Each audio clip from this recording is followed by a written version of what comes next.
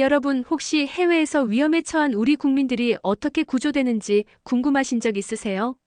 대사관 직원들이 매뉴얼을 넘어서 생명을 구하기 위해 결단을 내리는 순간 교민 사회가 하나 되어 안전 회랑을 만드는 모습, 그리고 한국의 체계적인 피해자 보호 시스템이 실제로 어떻게 작동하는지 말이죠. 오늘 들려드릴 이야기는 단순한 구조작전이 아닙니다. 극한의 상황에서 드러나는 진정한 대한민국의 모습, 그리고 한 사람의 용기가 어떻게 국제공조 수사로 이어지는지를 보여주는 실화입니다. 과연 우리나라는 정말 국민을 끝까지 지키는 나라일까요? 마지막까지 시청하시면 그 답을 확실히 아실 수 있을 겁니다. 지금 바로 시작합니다. 오늘의 이야기가 궁금하시다면 끝까지 시청해주시고 1초 좋아요와 구독 눌러주신다면 영상 제작에 큰 도움이 되고 평생 웃는 일 가득하실 겁니다. 저는 울란바토르에서 탈북 아동들에게 바이올린을 가르치는 한국인 윤 선생입니다. 한국과는 때려야 뗄 수 없는 관계죠. 제가 가르치는 아이들은 모두 북한을 떠나 이곳까지 온 작은 영혼들이거든요. 그런데 그날 평소와 다른 일이 벌어졌습니다. 수진이가 보이지 않았어요. 가장 조용하지만 음악에 천재적 재능을 보이던 그 아이가 말이죠. 수업 시작 10분 전까지만 해도 연습실에서 혼자 바이올린을 켜고 있었는데 어느새 그림자처럼 사라져버렸습니다. 아이들에게 물어봐도 모른다며 고개를 젓기만 했어요. 이상한 건 아이들의 눈빛이었습니다. 평소 같으면 떠들썩하게 서로 장난치며 웃고 떠들던 아이들이 그날은 서로의 얼굴만 훔쳐보며 무언의 신호를 주고받는 것 같았거든요. 마치 무슨 비밀을 공유하고 있는 듯한 분위기였죠. 수업을 마친 후 악보를 정리하다가 깜짝 놀랐습니다. 제가 항상 사용하는 바흐의 무반주 바이올린 소나타. 악보 여백에 누군가 연필로 이상한 기호들을 빼곡히 써놓았거든요. 음표도 아니고 글자도 아닌 점과 선이 복잡하게 얽힌 암호 같은 것들이었어요. 수진이의 필체와 비슷했지만 확신할 수는 없었습니다. 그날 밤 교민사회에서 심상치 않은 소문이 돌기 시작했어요. 누군가 제게 전화를 걸어 이런 말을 했거든요. 윤 선생, 요즘 조심하세요. 북쪽 사람들이 선생님을 주시하고 있다는 얘기가 있어요. 전화를 끊고 나서 온몸에 소름이 돋았습니다. 북쪽이라는 건 북한을 의미하는 것이고 그들이 저를 주시한다는 것은 제가 가르치는 아이들 때문일 가능성이 높았거든요. 이 아이들은 모두 탈북 과정에서 중국이나 몽골을 거쳐온 아이들이었으니까요. 밤늦도록 잠이 오지 않았어요. 창문 너머로 보이는 울란바토르의 야경이 평소보다 어둡게 느껴졌습니다. 혹시 수진이가 사라진 것이 단순한 우연이 아닐 수도 있다는 불안감이 마음 깊숙한 곳에서 자리 잡기 시작했거든요. 다음 날 아침 더욱 섬뜩한 일이 벌어졌습니다. 연습실 문 앞에 낯선 남자 2명이 서 있더라고요. 아시아인 같았는데 한국어도 중국어도 아닌 알아들을 수 없는 언어로 대화하고 있었어요. 제가 나타나자 금세 자리를 떴지만 그들의 시선이 마치 저를 품정하는 것 같아서 등골이 오싹했습니다. 아이들은 그날도 이상했어요. 평소 활발하던 민호가 계속 창밖만 바라보고 있었고 소영이는 바이올린을 들고도 한음도 켜지 못했거든요. 뭔가 두려워하는 기색이 역력했습니다. 저는 그때부터 알았어요. 이것이 시작일 뿐이라는 것을 말이죠. 수진이가 남긴 악보의 기호들을 밤새 분석했습니다. 처음에는 그저 낙서인 줄만 알았는데 자세히 보니 음악 기호들을 변형한 암호였더라고요. 쉼표는 숫자를, 세멸임 기호는 알파벳을 의미하는 식으로 말이죠. 해독하는데 사흘이 걸렸어요. 그리고 드러난 것은 충격적인 명단이었습니다. 중국과 몽골 국경지대에서 활동하는 인신매매 조직원들의 이름과 연락처, 그리고 이들이 납치한 아이들의 명단까지 적혀 있었거든요. 수진이가 어떻게 이런 정보를 알았는지는 의문이었지만 한 가지 확실한 건 이 아이가 목숨을 걸고 이 정보를 남겼다는 사실이었어요. 아마 자신도 위험에 처할 것을 알면서도 다른 아이들을 구하려고 했던 거겠죠. 급히 교민회장인 이만식 씨에게 연락했습니다. 그분이라면 도움을 줄 수 있을 거라 생각했거든요. 하지만 반응은 예상과 달랐어요. 윤 선생, 이건 너무 위험한 일이에요. 우리 교민회까지 휘말릴 수는 없습니다. 이만식 씨는 평소 교민 사회에 든든한 버팀목 역할을 하던 분이었는데 그날은 왠지 모르게 위축되어 보였어요. 허세가 많은 분이긴 하지만 정말 중요한 순간에는 항상 나서던 분인데 말이죠. 하지만 이 명단에 있는 아이들이 지금도 위험에 처해 있을 수 있어요. 제가 간절히 호소했지만 그분은 고개를 젓기만 했습니다. 미안해요, 윤 선생. 하지만 우리도 가족이 있고 사업이 있어요. 이런 일에 연루되면 모든 게 끝장날 수 있다고요. 실망스러웠지만 이해할 수 없는 건 아니었어요. 교민사회도 결국 조심스럽게 살아가야 하는 입장이니까요. 하지만 포기할 수는 없었습니다. 수진이와 명단에 있는 다른 아이들을 생각하면 말이죠. 그날 오후 더욱 끔찍한 일이 벌어졌어요. 제 수업을 듣던 민호가 학교에서 돌아오는 길에 낯선 남자에게 위협을 당했다는 거예요. 그 남자는 민호에게 이런 말을 했다고 합니다. 너희 선생님한테 전해라. 쓸데없는 일에 끼어들지 말라고. 민호는 겁에 질려 울먹이며 이야기했어요. 이때 저는 확신했습니다. 수진이의 실종이 단순한 사고가 아니라는 것을, 그리고 조직이 이미 저희 움직임을 파악하고 있다는 것을 말이죠.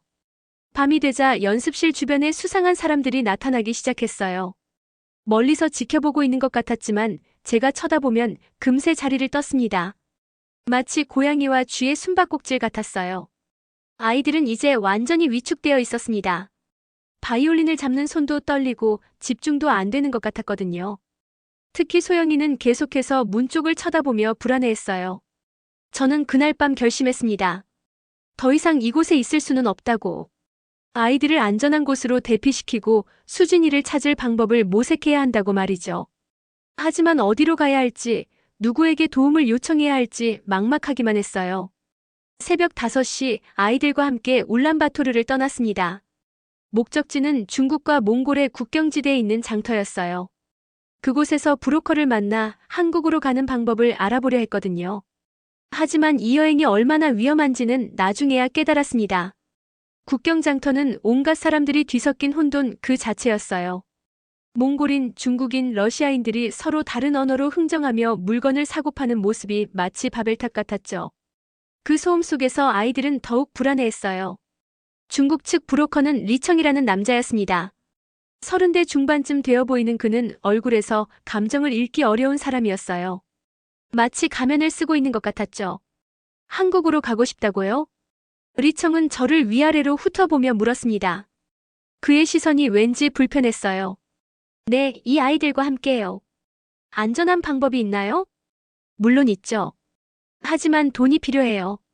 그리고 시간도. 리청이 제시한 금액은 제가 가진 돈의 10배나 되는 액수였어요. 절망적이었지만 포기할 수는 없었습니다. 혹시나 하는 마음에 제가 가진 돈으로 할 수 있는 방법이 없는지 물어봤죠. 위조 여권을 쓰면 가능할 수도 있어요. 하지만 위험하죠. 그는 묘한 미소를 지으며 말했습니다. 그때는 몰랐지만 그가 단순한 브로커가 아니라는 걸 나중에 알게 되었어요. 위조 여권을 받고 국경을 넘으려는 순간 일이 틀어졌습니다. 중국 경비대가 서류를 자세히 들여다보더니 뭔가 이상하다는 표정을 지었거든요. 그리고 무전기로 누군가에게 연락하기 시작했어요. 뛰세요. 리청이 갑자기 소리쳤습니다.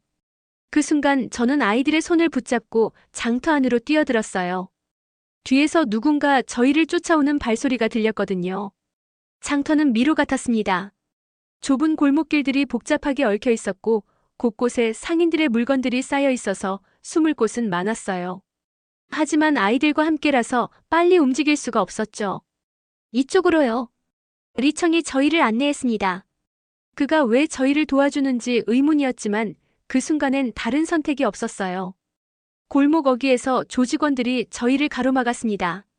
검은 가죽 재킷을 입은 남자들이었는데 눈빛이 차가웠어요. 민호가 제 뒤로 숨으며 떨고 있는 게 느껴졌습니다. 윤 선생, 왜 이렇게 고생하세요? 그냥 조용히 살면 되잖아요. 그중 한 명이 비아냥거리며 말했습니다. 한국어였어요.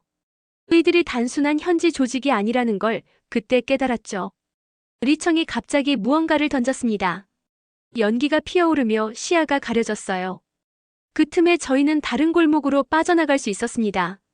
믿을 수 있는 사람인가요? 숨을 헐떡이며 리청에게 물었어요. 그는 잠깐 망설이더니 이렇게 대답했습니다.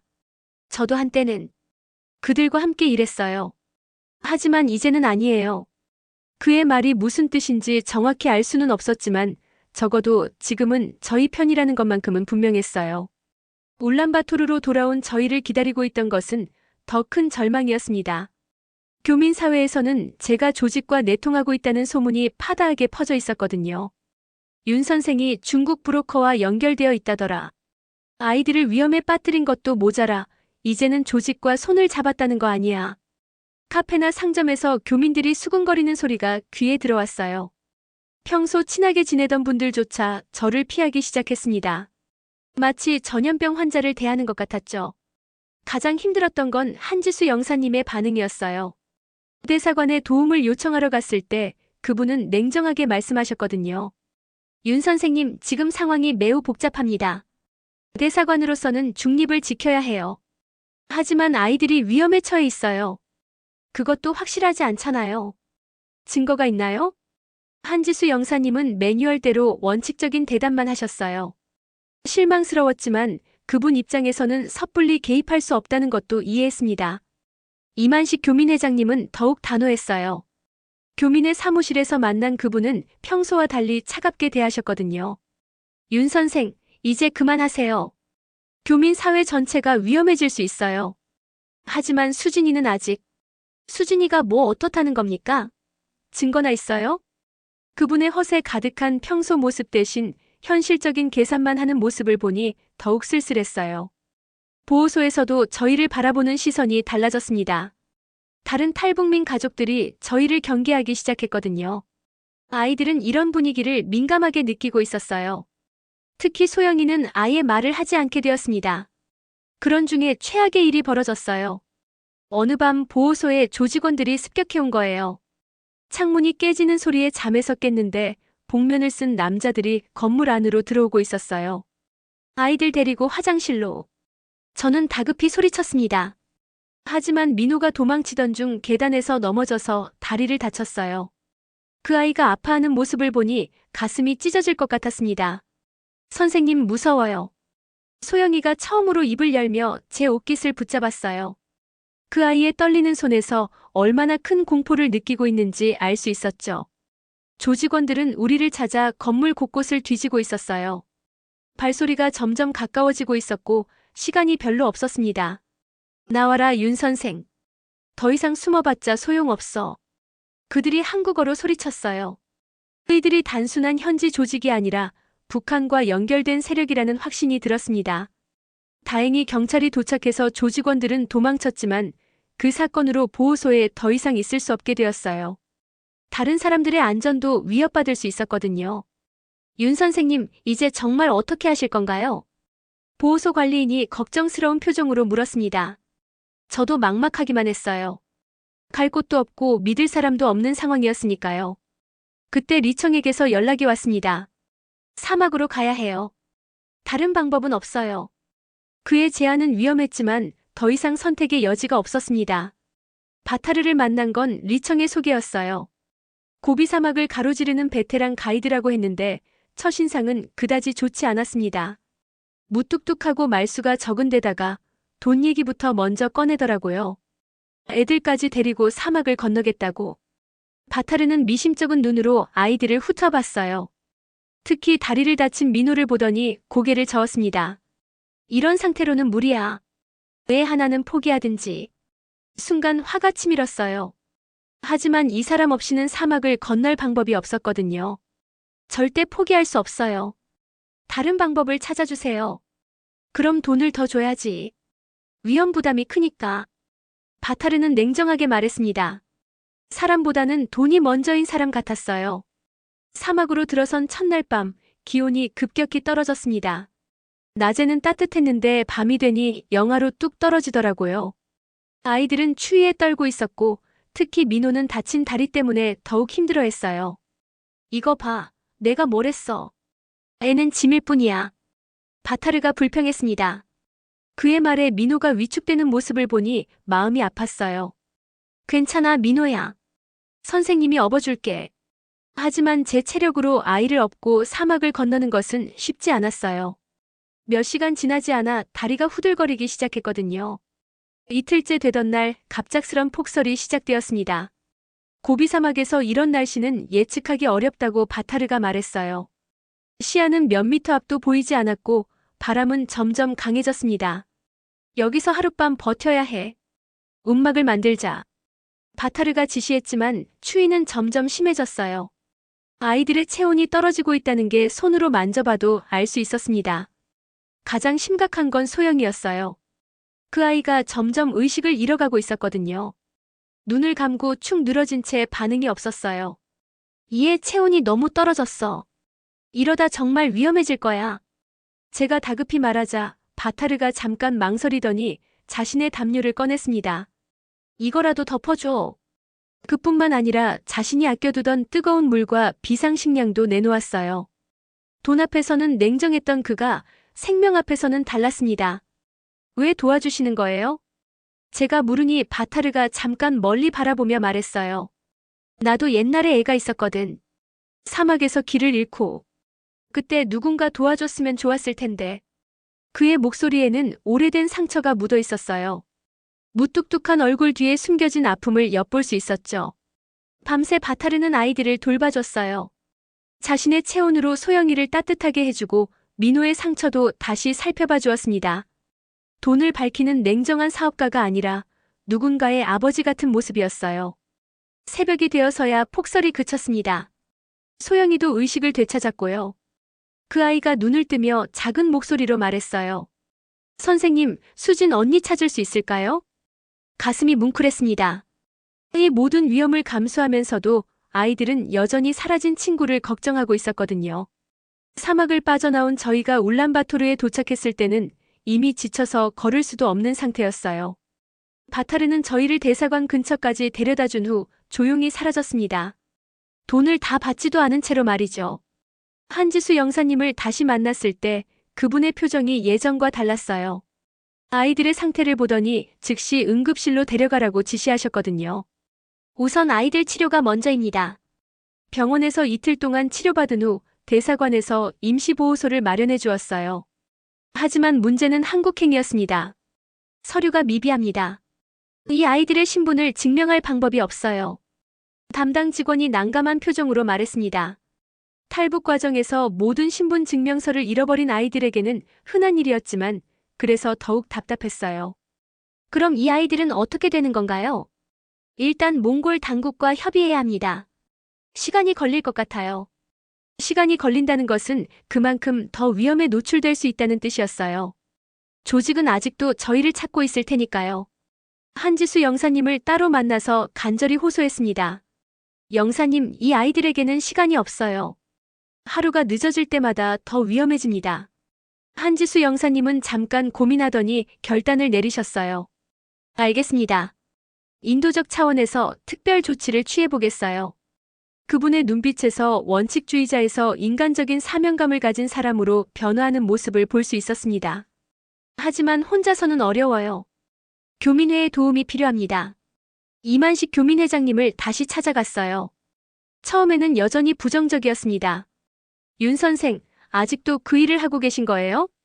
하지만 아이들의 상황을 자세히 설명하고 한지수 영사님의 결단을 전하자 그분의 태도가 조금씩 변하기 시작했어요. 이 아이들은 국적보다 생존이 먼저입니다.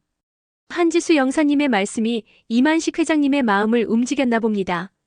그분도 결국 허세 뒤에 숨겨진 진심이 있었거든요. 좋아요. 안전회랑을 만들어드리겠습니다. 교민회와 대사관이 협력해서 긴급 송환 절차를 밟기 시작했어요. 이것이 바로 한국의 힘이었습니다. 위기의 순간의 원칙보다는 인간적인 판단을 우선하는 것 말이죠. 며칠 후 한국행 항공편이 확정되었습니다. 아이들에게 소식을 전했을 때의 그 표정을 잊을 수 없어요. 정말로 한국에 갈 수 있어요? 민호가 믿기 어렵다는 듯이 물었습니다. 그래, 이제 안전한 곳으로 갈 수 있어. 소영이는 조용히 눈물을 흘렸어요. 그동안 얼마나 무서웠는지, 얼마나 한국을 그리워했는지 알 수 있었습니다. 공항으로 가는 길에서 한지수 영사님이 말씀하셨어요. 이 아이들은 국적보다 생존이 먼저입니다. 그것이 대한민국이 추구하는 가치죠. 그 말씀이 가슴 깊이 와닿았습니다. 서류나 절차보다 생명을 먼저 생각하는 것, 그것이 진정한 국가의 모습이라고 생각했거든요. 이만식 회장님도 공항까지 배웅을 나오셨어요. 평소의 허세 가득한 모습 대신 진심 어린 걱정과 격려의 말씀을 해주셨습니다. 윤 선생, 한국 가서도 이 아이들 잘 돌봐주세요. 그리고 수진이도 꼭 찾으세요. 비행기에 오르면서 울란바토르를 내려다봤어요. 힘들었지만 소중한 경험을 준 땅이었습니다. 그리고 무엇보다 한국인으로서의 정체성을 다시 한번 확인할 수 있었던 곳이기도 했고요. 인천공항에 도착했을 때 그 감격을 어떻게 표현해야 할까요? 아이들은 처음 보는 한국 땅에 발을 디디며 신기한 듯 주변을 둘러봤어요. 공항 직원들이 따뜻하게 맞아주는 모습에 감동받았습니다. 어서 오세요. 이제 안전해요. 입국 수속을 담당하는 공무원이 아이들에게 부드럽게 말했어요. 그 말 한마디에 아이들의 긴장이 조금씩 풀리는 것 같았습니다. 아이들은 각각 다른 보호시설과 병원으로 분산되었어요. 우선 건강검진과 심리 상담이 필요했거든요. 특히 민호는 사막에서 다친 다리 치료를 받아야 했고, 소영이는 트라우마 치료가 시급했습니다. 언론에서도 관심을 보이기 시작했어요. 하지만 아이들의 신원보호를 위해 자세한 내용은 공개하지 않기로 했습니다. 대신 탈북 아동 보호의 필요성에 대해서만 간단히 보도되었어요. 며칠 후 경찰청에서 연락이 왔습니다. 담당은 강윤기 형사라는 분이었는데 아동 범죄 전문 수사팀에서 일하고 계셨습니다. 수진이가 남긴 명단과 암호 해독법을 전달해달라는 것이었어요. 윤 선생님이 가져오신 자료가 매우 중요합니다. 이것으로 국제 인신매매 조직을 검거할 수 있을 것 같아요. 강윤기 형사는 직선적이고 화끈한 성격이었어요. 첫 만남에서부터 신뢰감이 들었습니다. 수진이는 정말 용감한 아이였네요. 이 정보를 얻기 위해 얼마나 위험을 감수했을까요? 형사님의 말에 마음이 아팠어요. 그 어린아이가 목숨을 걸고 다른 아이들을 구하려 했다니 생각할수록 가슴이 먹먹했거든요. 지금 수진이는 어디에 있나요? 아직 정확한 위치는 파악하지 못했어요. 하지만 이 명단을 토대로 수사를 진행하면 단서를 찾을 수 있을 겁니다.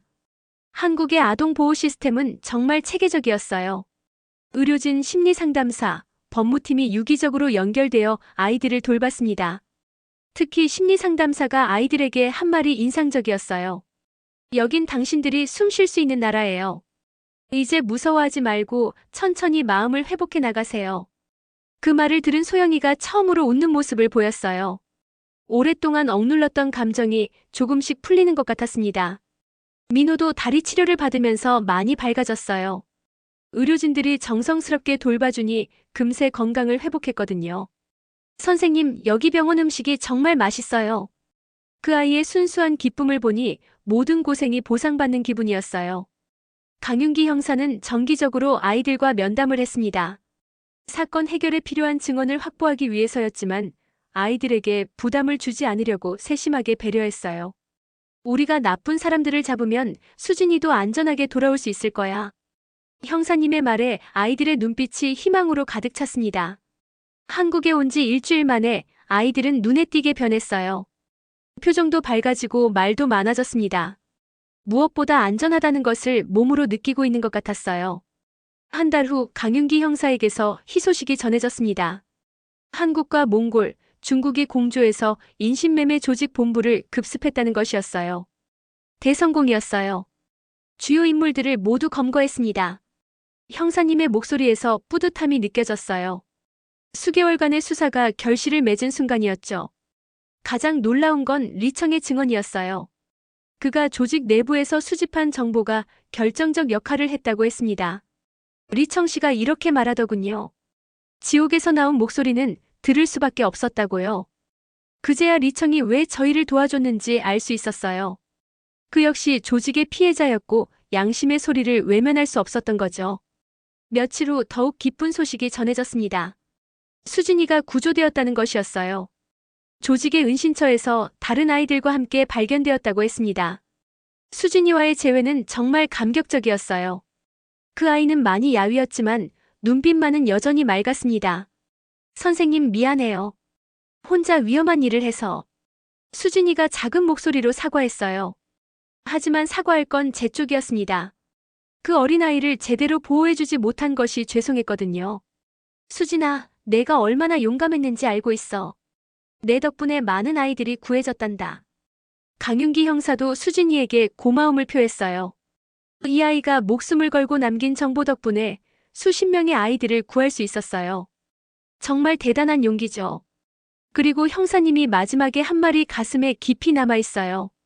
한국은 약자를 끝까지 지키는 나라입니다. 이 아이들이 그 증거예요. 모든 아이들이 안전하게 보호받게 된 후 저는 다시 바이올린 수업을 시작했어요. 서울의 한 탈북민 지원센터에서 교실을 마련해 주었거든요. 첫 수업날 아이들이 모두 모였어요. 민호, 소영이, 그리고 수진이까지. 오랜만에 바이올린을 든 아이들의 손가락이 조금 떨렸지만 곧 익숙한 선율이 흘러나왔습니다. 수진이가 연주한 바흐의 무반주 바이올린 소나타는 정말 아름다웠어요. 그 선율 속에는 고통도 희망도 그리고 새로운 시작에 대한 다짐도 담겨 있었습니다.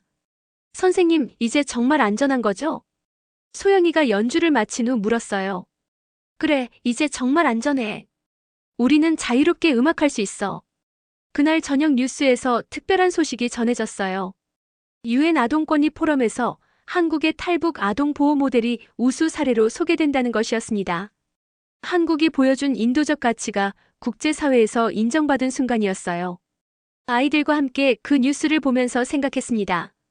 우리가 겪은 모든 시련과 고통이 헛되지 않았다고. 그리고 이 아이들이 앞으로 더 나은 미래를 살아갈 수 있을 것이라고 말이죠. 지금도 수진이의 바이올린 선율이 귓가에 맴돌고 있어요. 그 음악 속에는 절망에서 희망으로, 두려움에서 용기로 변해가는 우리 모든 사람들의 이야기가 담겨 있었습니다. 그리고 한국이라는 나라가 얼마나 따뜻하고 든든한 곳인지도 함께 말이죠. 여러분은 어떻게 생각하시나요? 우리나라가 보여준 이런 모습이 자랑스럽지 않으신가요? 댓글로 여러분의 생각을 들려주세요. 그리고 이런 감동적인 실화가 더 많은 사람들에게 알려질 수 있도록 구독과 좋아요, 그리고 공유 부탁드려요. 다음에도 여러분의 마음을 울리는 이야기로 찾아뵐게요. 끝까지 시청해주셔서 정말 감사합니다.